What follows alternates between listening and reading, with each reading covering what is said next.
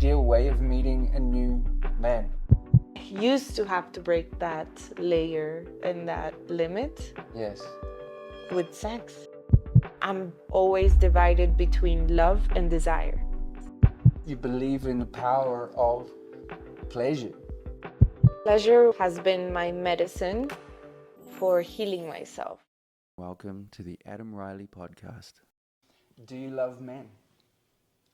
I love men You love completely, deeply, and it has, I think I've gone through my own exploration of what I like and what I don't. And every experience has proven how much I love men and how I'm attracted and compatible, and that that other like companion that gives you that part that not that you completely miss but complements you.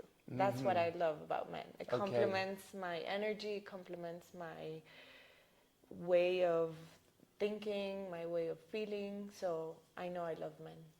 Okay. So originally you said you'd kind of tried other things. So you've experimented with, I guess, women and different kinds of men, and you've found that for you, you feel, and I guess you're talking about polarity, that they kind of complement you, and yeah. And not only women, once I liked... I was trying to think if there's something else other than men and women, I know. but like, I didn't want to say animals. No, but no. But I liked a gay guy once. Okay. So I think that shows how much I love men. Yeah, right, because It was he like was a feminine... he was a man container, but he was attracted to other men, not to women. But I was like, oh my God, why do I feel so attracted to this gay guy? Right? So it's not just the body, let's say. Wait. So it was the body. It was... Even though he was not interested in women, was he more like a masculine gay or more of a feminine gay? Because... Yeah, definitely a masculine gay. So we can say a little bit of the container, like the body, the figure, the male figure. Yeah, you like. I love it. Yeah. And with women, I did explore like some moments on 2 occasions, and it doesn't cut it for me. No. It's not enough. Okay. I desire the male, the man figure. So you said something about complimenting you. Why else? What is it about men that compliments you, or that you feel, I don't know, is it you feel like you need that for balance, or how does that, what is it, how is that important to you? So I think all my life I was raised in a matriarchy. Matriarchy. So I say that I have like 5 moms. They're all like my aunts and my biological mom. And they're all like my moms, right? And they're very powerful in the family, and they're the ones saying what to do, when to do it. They're like asking their husbands to, do things for them all the time, right? Like very powerful women. You come from a house of powerful, strong women, yes. Exactly. So what I learned was to be in that same situation. Until I started, getting to know myself a little better. Meaning that you took on this like powerful, strong woman position in your relationships. Yeah. In my first relationships in the beginning, like early 20s, I feel like it was not of power, but it looked like power. Yes. But then after each relationship, I figured I didn't want to be in that power position. Okay. Like relationship after relationship, I started feeling tired. I started feeling it wasn't my natural self.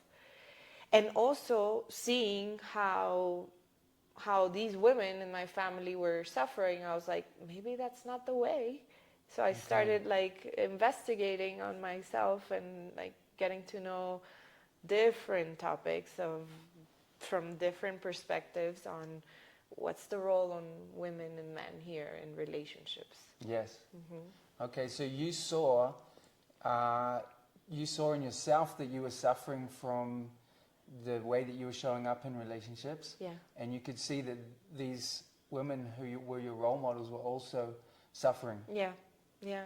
I could see, I mean, maybe for them it was working, but then I would listen to them complaining and not being comfortable or not feeling happy, that I take it as they're suffering. Sure. Yeah. Yeah, because I mean, I definitely think, you know, I try and stay away from the way things should be or the way people should be or women should be. But definitely if you're suffering, that's a good sign that, you know, you might want to look at that. Exactly. Yeah. Yeah. I feel like just going on like, so what for you then is femininity? And, you know, what is maybe feminine power for you? I went on a journey of self-discovery for the last like 8 years, yeah. And going through many different therapies. I can say that I've gone through many different therapies of all kinds. And one that kind of impacted the most was during a workshop in Tantra. Yes. Yeah. In which... I maybe remember that. You remember. I may have been there. In may which... have met in that workshop. Exactly. That's where we met. That's where we met. So it was when I connected to my body. Yes. And I think my body started telling me, like, you're not in that, like, you're not living your utmost essence, I guess. Like you're holding on to that masculine energy, on being very self-sufficient, very, you know, like manipulative, very different, like shadows of that masculine energy, I guess. And my body was feeling it, but I didn't know I was feeling that until that Tantra workshop, in where I connected with my body. And since then, I started that journey on discovering what was my feminine energy, because that's not like a 1, 2, 3 process. Sure. I guess for every woman is different. Fair enough. Yes. Yeah. And so I went through connecting with my body, just a body awareness, a lot of breath work, connecting with my natural cycle of menstruating. Right. And then through like the beauty, like feminine, it was just go and enjoy beauty and pleasure, and just lay back and relax, and don't hold on to all these situations and control and wanting to make everything perfect. Just enjoy. And just that Renaissance, I just feel, I always take it back to that Renaissance picture of these women with like their bellies out and just feeding themselves with fruits. That could be my picture of like what femininity can feel like. Feminine energy. So it would apply also for men, like whenever you have to like let go. Just a kind of like indulgence in sensual pleasure. Yes. Yeah? Okay. Yeah. I like that. Yeah. That brings me to a question that I hadn't thought of, which is just maybe if you would like to share, because I know that you really dived into this pleasure, and you believe in it. You know, you believe in the power of pleasure, and I would love to hear, like, what is that for you? Pleasure has been my medicine for healing myself from that maybe inherited, masculine position in my family and how I grew up. And pleasure has opened up like clear ceilings to elevate my energy and bring down also to materialize things, right? So pleasure for me, when I started creating around pleasure, I started grabbing onto words like peace, right? Because pleasure was coined in a very taboo way in society, especially here in Colombia, where there's guilt, there's shame, and there's fear around pleasure. So pleasure was like a synonym for peace for me. Okay. So you were able to, were you able to like through pleasure actually maybe face and release some of this shame and conditioning? Yeah, totally. Before, like I met Tantra, for example, I used to live pleasure freely. I would think I was living freely because I was, I don't know, maybe partying in a nightclub back then, and I would see a guy and I was like, you, and choose it, and like, I want to be with you, and I'll make it happen, right? But it was very, it was like unknown or underground. Like it wasn't at the day of light. I would live pleasure like hidden.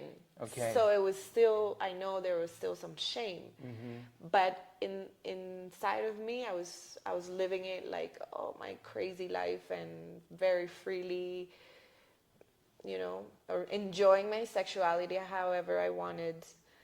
But when I met that tantric phase of connecting more energetically to my body, that's when I figured I was living it like that in the past. Right? Because I was able to experience something differently. And then I learned like that polarity of, okay, pleasure, but not still shameful or not still with fear. Because I used to think, like, I remember like putting the example on this Tantra workshop where I attended. I went with a mentality of like, oh, I'm gonna learn, that's it, da-da-da. I feel super open-minded, I feel super open with this topic. And when I went there and started feeling that I had to like be naked or see people naked, I was like, oh wait, I'm not that there yet. Right, I'm not super open-minded. Like, check on yourself and not so much. Yeah, right. But I went through the workshop and I went all in, and I went through that exercise with the teacher in which she taught me through breath work, through all this connection, and I put myself there and liberated kind of that shame in that moment. And that changed the perspective on how I was living with pleasure. I think there's such a great message in there just for men and women, of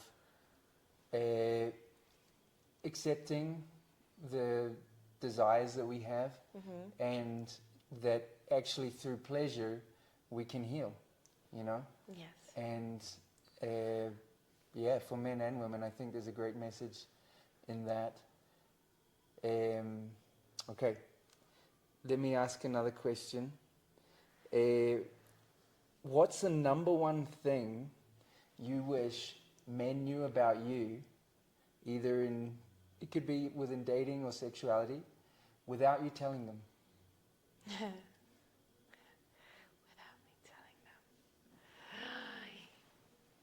telling them. Okay. That I'm super cariñosa, like super tender, even if it doesn't show yet. So that's another layer that I've been trying to connect with my femininity. It's like being tender. Okay. But I know from the first like contact, it doesn't show yet. And that was one of the things I would look into with sexuality. It's like after having sex, I become like a teddy bear, like super tender and super but I used to have to break that layer and that limit. Yes.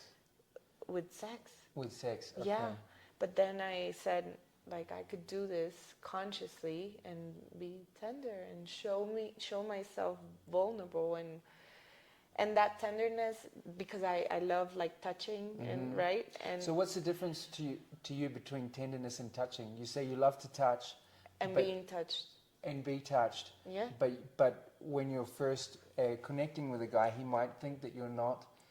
So what's the difference there? Maybe that's my perception, because Okay. I don't get to ask the question to men Okay. so much, but I would love them to know that I'm really tender. That you are. Even Okay. I don't know if they perceive me as such. Yeah. So that's a good question to like actually think about. Okay. So what's the perception I give? Because I know I'm not. I don't know. It's like we're in Colombia. We're very touchy and caring, but I know I'm not so much. Okay, so you feel like you're less Yeah. than maybe. So here in the culture where men are used to that, they might think Yeah. they might find you cold. Yes. Compared to how touchy and than other. I'm other working women on that. Okay. Working on it. Okay. Yeah. Probably a foreign guy will think that you're incredibly touchy and flirty. Yes.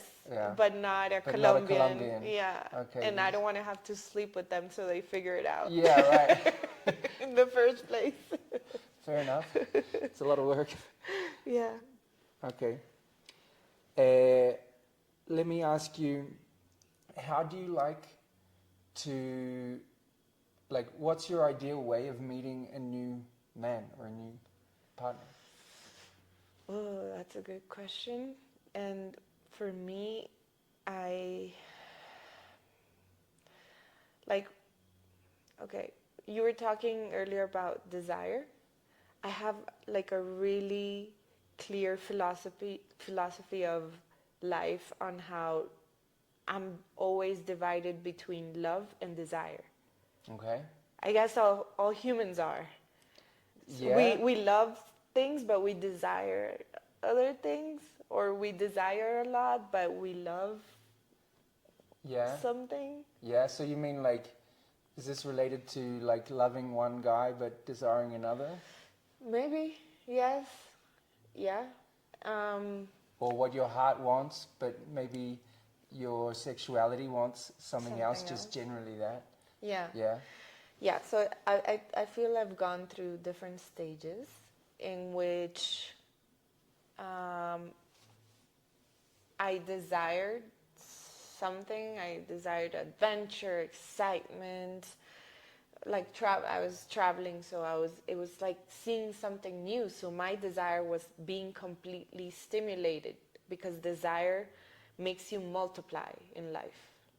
Like desire makes you multiply, love makes you sum.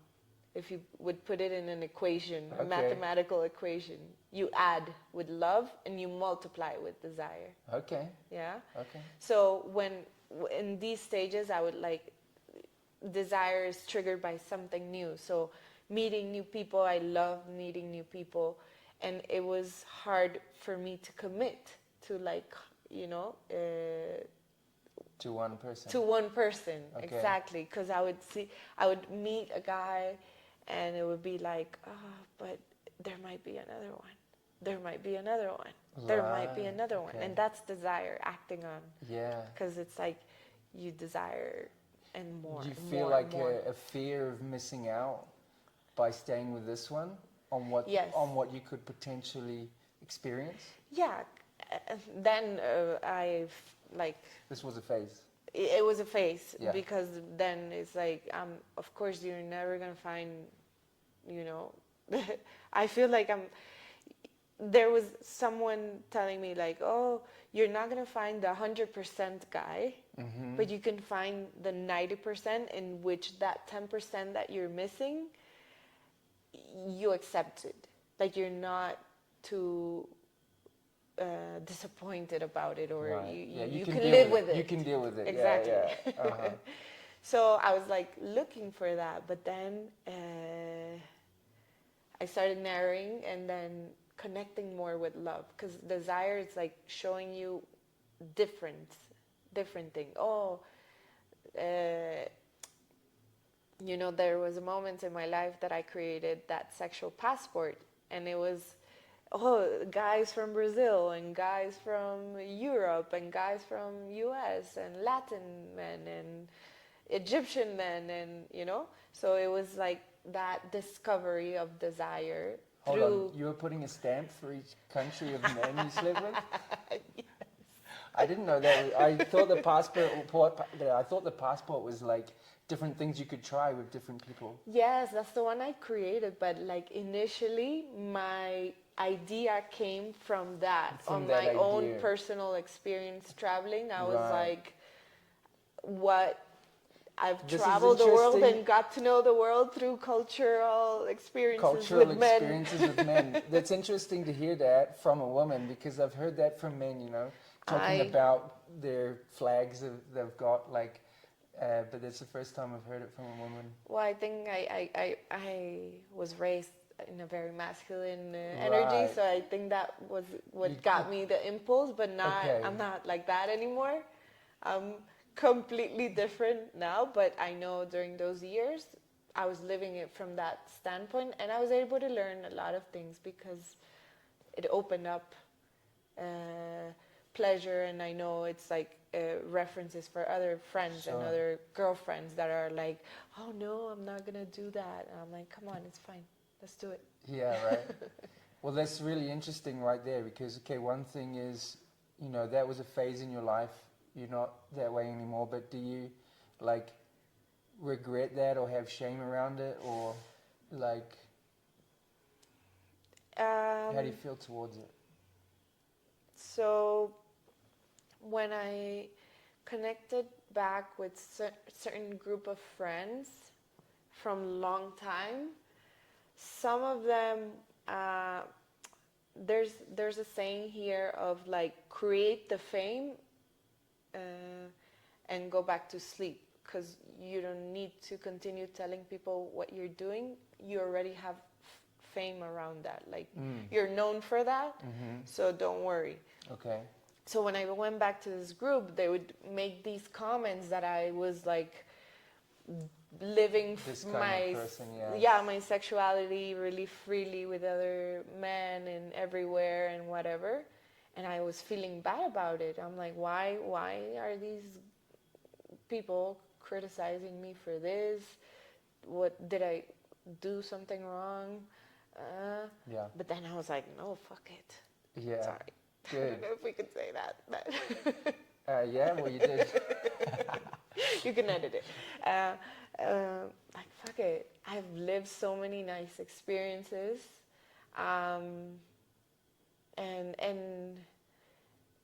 Everything has taught me something. Yeah. So I take it as I could talk about with property about different types of men in different parts of the world. Not saying that that's the way, but I can see a difference, and it's fun to talk about it with my girlfriends and finding people that agree with me, I'm going to come back to the original question, because I don't think you actually answered it. Sorry.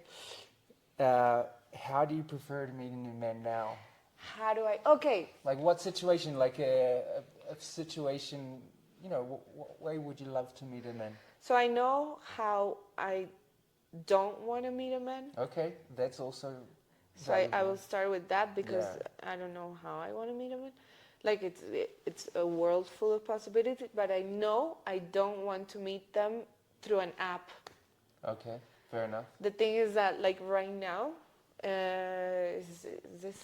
it's like very common. Yeah. It's like technology, and you're doing a bunch of things, and or traveling, and it's like kind of like in your hands with like everything with our phones is like right there. Yeah.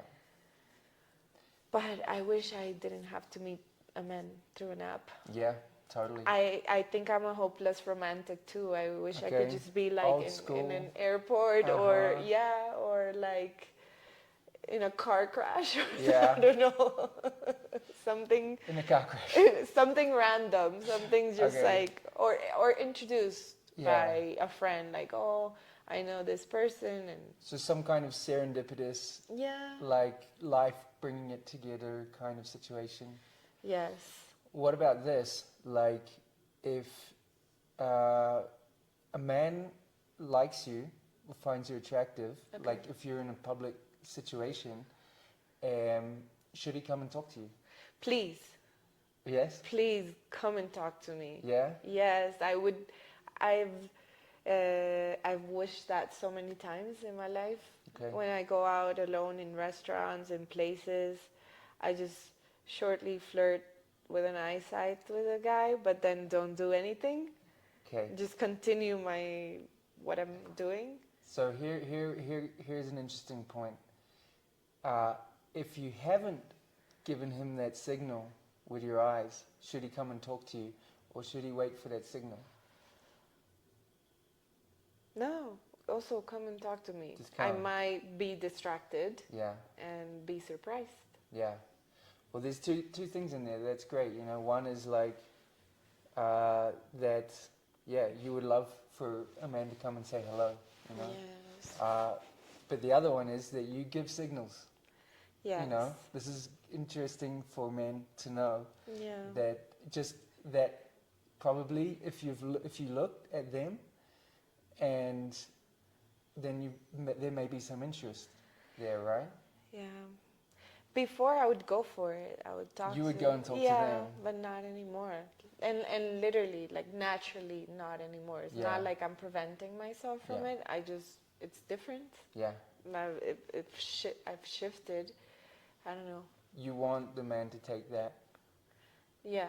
The initiative. lead. The initiative, yes. Yeah. And like with like that security of like, hey, like, I don't know, whatever opening phrase you want to give me, I take that you had the courage to talk to me, so I value that. Is there an energy with which you would prefer the man come to you in? Like, what kind of energy? Like, quite strong, direct, like, hey, you look great, or you're so hot, you know, or something, I don't know, you look sexy in that dress, like that, or more like, hi, like more charming, more, I don't know, what kind of energy?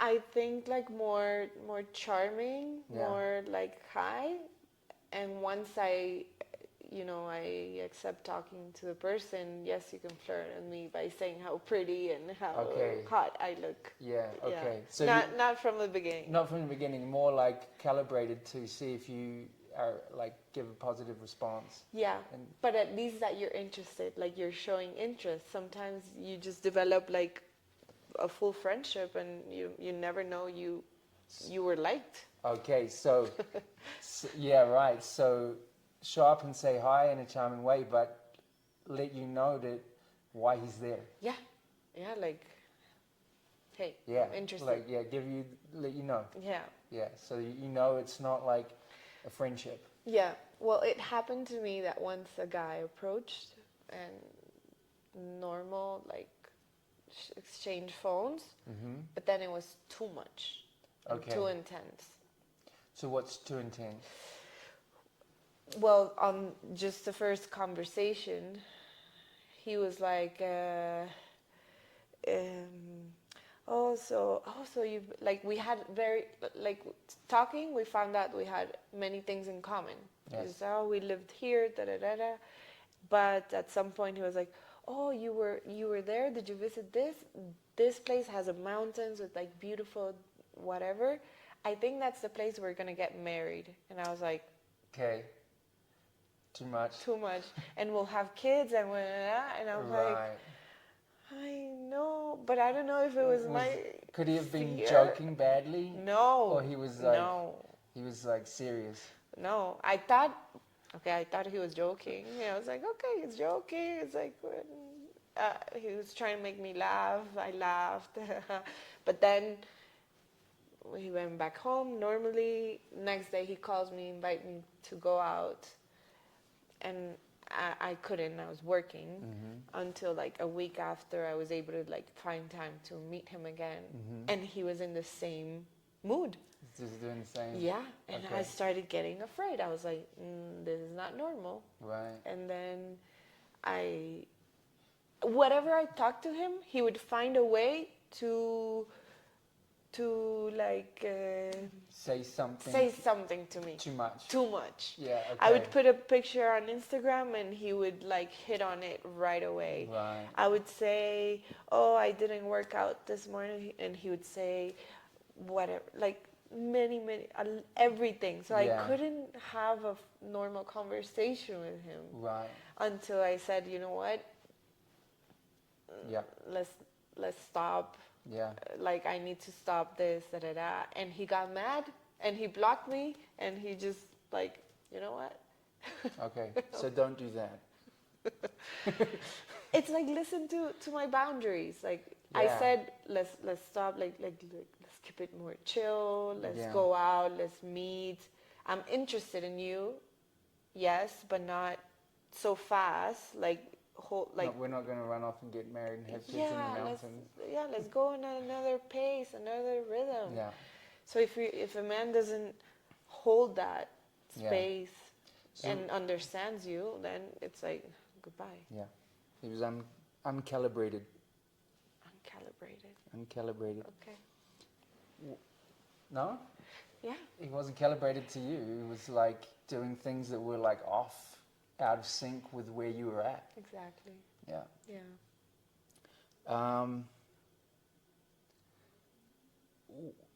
What could a man do to attract you? Or, what can a man do that is attractive to you? Like the way he is or around you? Yeah. Very like caballeroso. Yeah, like gentleman. Yes, I like those things. Yeah. I like the old school gentleman Open the door, things. Yeah, I love bring that. you a coat. Yeah. Attend to you. Yes. Be attentive to you. Yeah. Okay. It's like it's like it feels good, that treatment. Okay. I feel receptive. I feel in my feminine energy. I feel like I can hold space for that and be inspired by those little acts. And also with words, just like having amazing all types of conversation. Mm-hmm. I think for me that's really sexy. But in the conversation, having little flirty situations. So when you say all types, so you mean like being able to have deep conversations as well as silly conversations and crazy conversations, whatever. Just like variety. Like let's fix the world together. Yeah. Let's talk shit together. Uh-huh. Let's make fun. Let's solve the peace of the world, but also without being your too inner serious. peace. Uh-huh. Exactly. Let's laugh. Having emotional, mental, physical conversations. It's like physical conversations. Yeah. Tell me about that. It implies like movement, or if you're telling me a story, just act it out and let me see how it feels in your body. Okay, so so I be can expressive. perceive the emotion, because men, I feel, have trouble with that emotion expression. Is this Colombian men or foreign men? Some men. More. Some men. Let's say Colombian men. Colombian men are less expressive. They're expressive, but I don't know if they tap into deeper, vulnerable emotions. Right. It's like more of that macho culture that they sustain a tough emotion, tough man. Yeah, yeah. You know? Yeah. So they're kind of putting on an act. Yeah. Yeah. Yeah. Yeah. It's And you can see through that. Yeah. Yes. I can see through that, and I would love that he can freely express with me, you know, without having to feel less if you're vulnerable or crying or whatever. Right. You feel like you're with the real person and not a robot. Not an act. Yeah. You may have already asked it, answered it, but I'm talking about, how a guy can attract you. What about in a relationship? How can he keep you, like, interested? Is there anything else to add to what you've already said? That love and desire has to be in an infinite loop. Okay. So I have a perfect combination for that. For love, it's like love in a relationship becomes, those relationships that become routine, like routinary, like doing the same thing every day, and so it becomes routinary. Monotonous. Monotonous, yes. Mm-hmm. So, but the love has to add on that, right? And you maintain the loop by adding some desire. So it's seeing something different in that person, even it's the routine. Mm-hmm. See that their eyes look different, or the shirt that they wear is different, and it sparks desire. Okay. Right? So this is like kind of, it's actually bringing in some variety, or it's just noticing something different? Something different. Yeah. And it sparks desire, so maintaining the love to not die, to not become so monotonous that it dies off, but you keep the spark with desire, and the same way around, because the other person might get bored with the same thing. That's what love. But see something different in her, or see how she's wearing a different hair type and different, and that is, it's keeping the balance between love and desire. Because otherwise, you're gonna desire a different woman, right? Yes, sure. Or I can desire a different man, of course. But if I find something different in the same person I love, then that's my perfect loop. Yeah, that's really interesting. So sparking desire, but also really noticing the person. And this ties in with, something that I've been hearing recently, which is like, just, even if you're with the same person your whole life, you never know that person completely. Yeah. And they're never always the same person. They're always changing, and there's new parts of them coming out. So kind of what you're talking about is, by paying attention, you notice new things.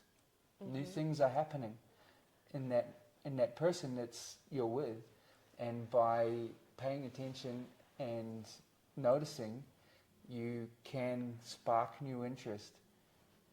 You have that variety without even needing to bring in other things, which you could do, but like, you don't need that.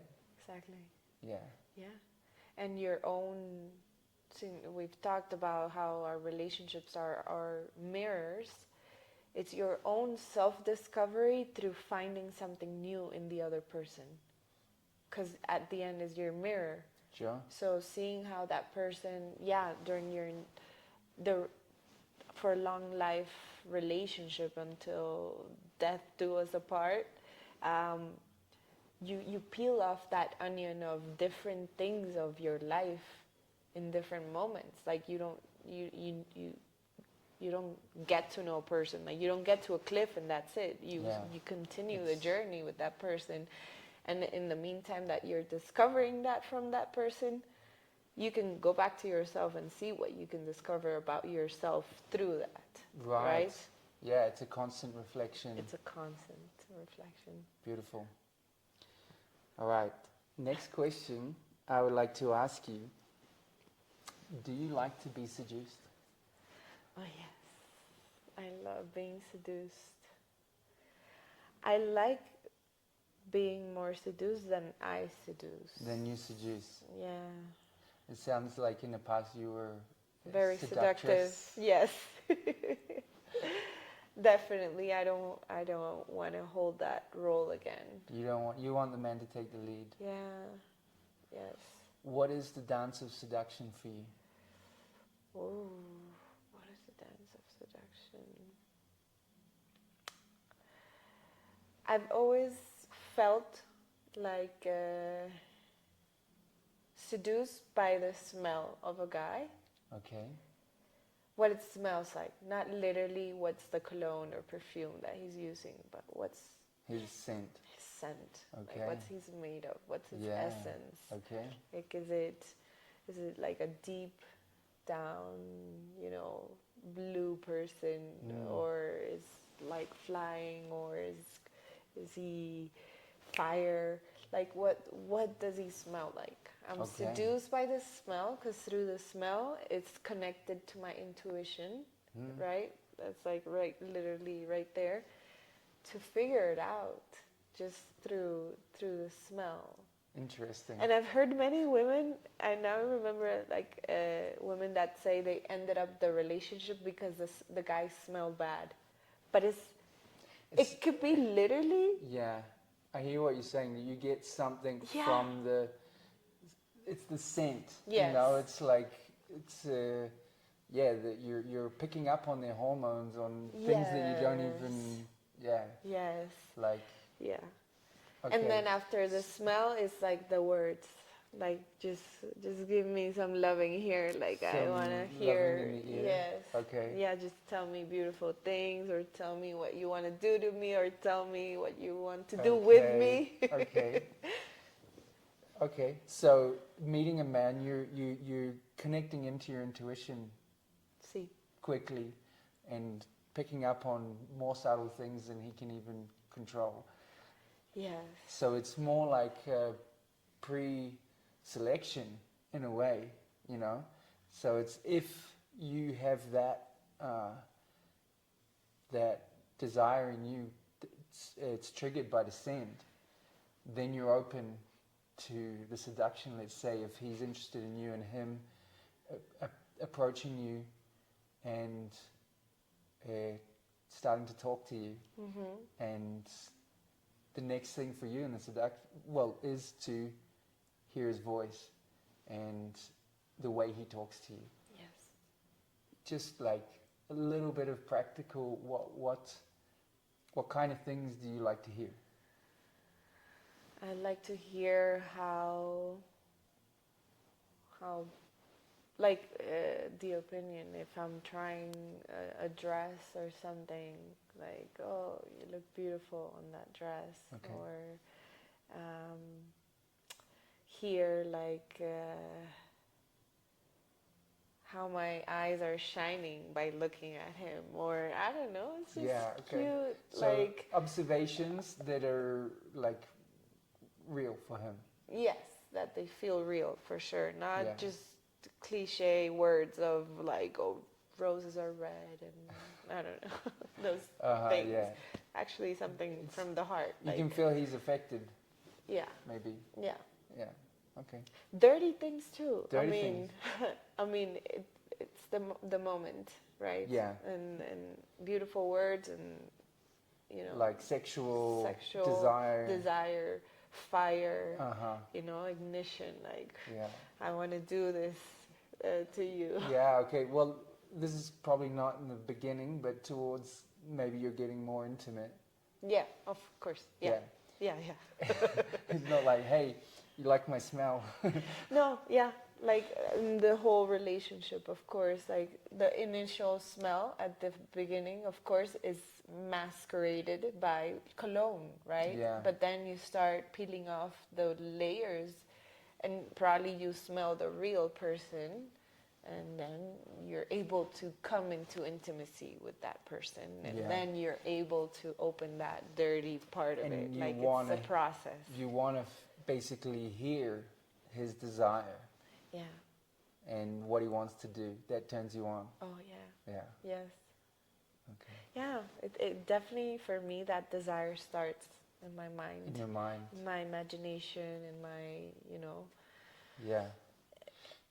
I feel it. It's like I think about those things or imagine, and it's like the nervous system is sending signals of like, yes, do it, please, go for it. Yeah, so that's really interesting now, talking about getting turned on.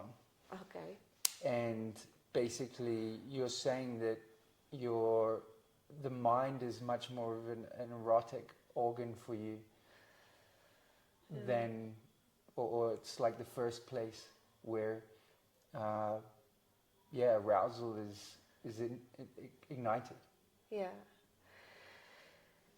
Yeah, it's the initial one, Yeah. right? Because right away we're not going to stimulate our biggest sexual organ, which is the skin. Like once I meet a person, I'm not going to like, sure, we're not going to touch each other right away. Yeah. So yeah, I could say that that's the first organ that it's the beginning of sex in a way, Yeah. before you're touching even. Yeah. But it excites your mind, and that excites your body, and you haven't even touched yet. Exactly. Yeah. Beautiful. It's a program. I feel like it's a whole programmation, you know, like a code. Triggers, switches that are flicked, and the body reacts. Yeah. Nice. And then if the body reacts, it's like a hell yeah, do it. I'm going to ask one last question. Okay. This is a cheeky one regarding a conversation that we already had today. Oh. What makes for a sexy hotel?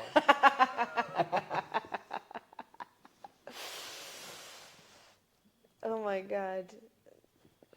This comes from a story that Elizabeth told today, which was great, about a hotel that she went to, and I would love to hear. Would you be okay with sharing the story? Yeah. Not the whole story. Not the whole story, but whatever you feel like sharing. Yeah, because now that you asked that question, it's like making me think if maybe I was ovulating in that moment, that I saw everything beautiful and sexy. So of course, I would qualify the hotel like that, but I will share the different descriptions of the hotel, and then you could see if it's sexy or not, like a sexy hotel. So this is a hotel in Aswan, in Egypt, the south of Egypt. It's right by the Nile. Is the Nile beautiful to look at? I've never been. Oh, it's so beautiful. Yeah? Yeah, I mean, I just feel like running water is always beautiful to look at. Yeah. And this is such a mythical, enchanting river too. And it's just because it just goes through, it just nurtures a desert. Right. So it's just very powerful, full of life, and it's giving life. Yeah.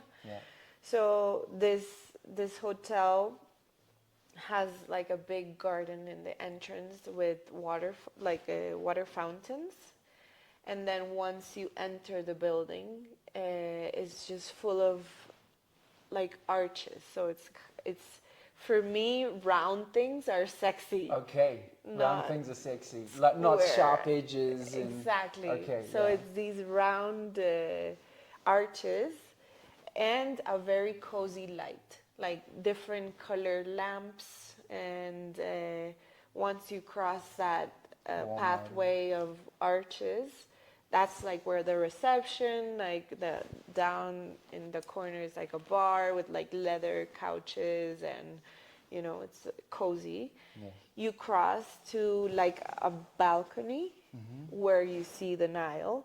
Yes. And surrounded by palm trees, these palm trees that like specific palm trees. Okay. So it's the contrast of the blue with the round architecture, the Nile in the background. So when I got there after visiting like these temples, so feeling also very inspired, got there at sunset. Beautiful. So once I crossed that and got to that balcony, I saw like it's just the sun setting by the Nile, and just the warm weather there, birds chanting. Temperature is important. Yes, temperature is also important for sexiness, and okay, so we saw the sunset by the Nile, like it was like a tea time, right?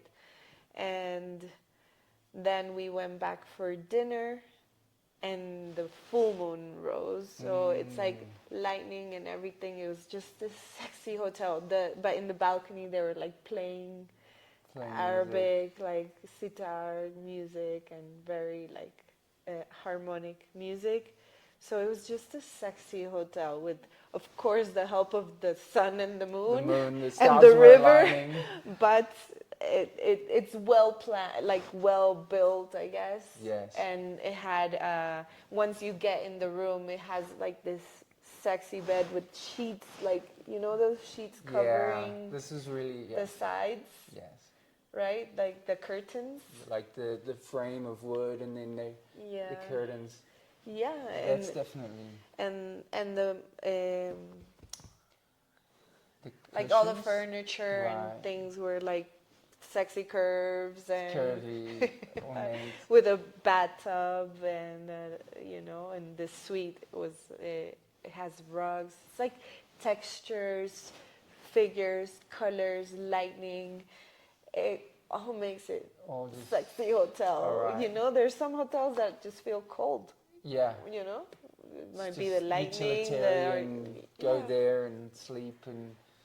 Yeah. Yeah, this was a sexy hotel. Thank you for sharing. I'll find the name and share it with you later. Yes. Perfect. We'll post that hotel if anyone wants to go there. To visit. And we won't talk about what happened in the hotel. Yeah. Yes. So, thank you, Elizabeth. Thank you so much for joining and sharing and being honest and truthful about yourself and your experience as a woman. Yeah. I really appreciate it. I appreciate you. Thank you, whoever is watching this. Thanks for showing up and watching this first episode of the show. I'm not even sure where I'll post it yet, but wherever I do post it, follow, subscribe, like, whatever you do on that platform. Thank you for joining. This is the end of the first, but not the last, Truth About Women podcast. Thank you.